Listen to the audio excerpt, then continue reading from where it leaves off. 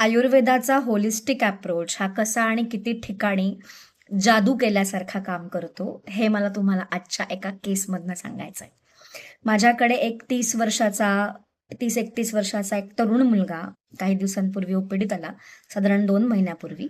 आणि अचानक त्याची शुगर जवळजवळ 387 इतकी होती. अ, जी त्यांनी फास्टिंग किंवा पोस्ट लंचची केली होती ती. आणि HbA1c जवळजवळ 12 इतकं होतं.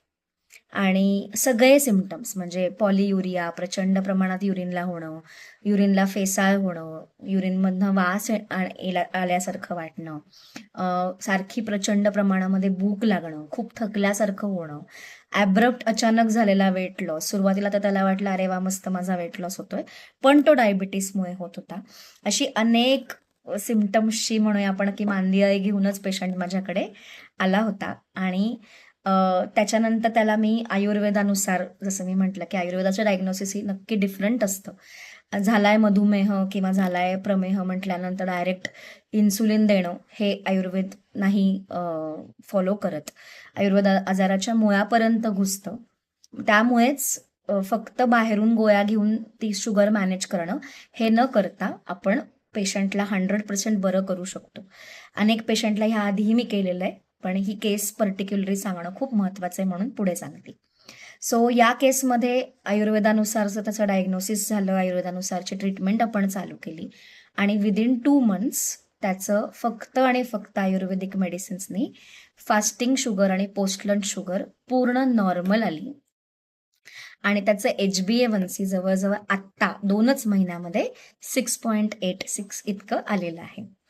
सो सांगायचा उद्देश हाच की खूप वेळा आपल्याला हे सांगितलं जातं, बंबार्ड केलं जातं की आयुर्वेदामध्ये ह्या सगळ्या गोष्टींना, क्रोनिक इलनेसेसना उत्तरं नाही आहेत.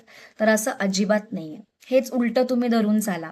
हाच जर पेशंट ॲलोपॅथीच्या डॉक्टरकडे गेला असता तर एवढी मोठी शुगर बघून त्या डॉक्टरनी त्याला काय केलं असतं, लगेचच OHA, ओरल हायपोग्लायसेमिक एजंट्स म्हणजे गोळ्या घ्यायला लावल्या असत्या.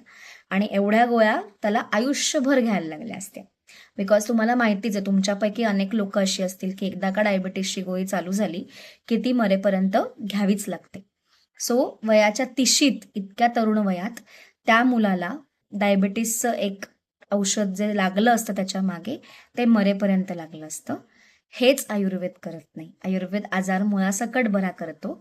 म्हणूनच त्या मुलाची एक आयुष्यभराची गोळी घेणं हा प्रकार वाचलेला आहे. आणि नुसता वाचलाय असं नाही, तर तो मुलगा पूर्णपणे बरा झालेला आहे, बरा होण्याच्या मार्गावर आहे. आजही आपले फॉलोअप अपुनर्भव चिकित्सा म्हणजे आजार पुन्हा येऊ नये म्हणून आयुर्वेदाने सांगितलेली ट्रीटमेंट सुद्धा आपण करतोय.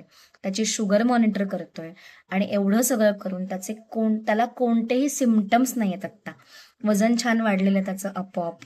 त्याला जे थकल्यासारखं वाटत होतं ते पूर्णपणे बंद झालेलं आहे. येस, त्याच्या हातापायाला सिव्हिअर मुंग्या येत होत्या, त्या कम्प्लिटली बंद झालेल्या आहेत. त्याला झोप छान येते. त्याचं urination frequency everything is back to normal. भूक त्याची नॉर्मल झालेली आहे. सो फक्त चेंजेस ऑन रिपोर्ट नाही आहेत, तर त्याचे स्वतःच्या शरीरामध्ये पण त्याला ते चेंजेस डेफिनेटली दिसलेले आहेत. याचे दोन्ही रिपोर्ट्स मी तुम्हाला शेअर करते, ते पण तुम्ही नक्की बघा. म्हणजे तुम्हाला त्याचे एक्झॅक्ट ॲनालिसिस करायला पण मदत मिळेल. आणि अशाच महत्त्वपूर्ण व्हिडिओजसाठी वेदोलॉजी स्पेशालिटी क्लिनिकला लाईक, शेअर आणि सबस्क्राईब जरूर करत राहा. धन्यवाद.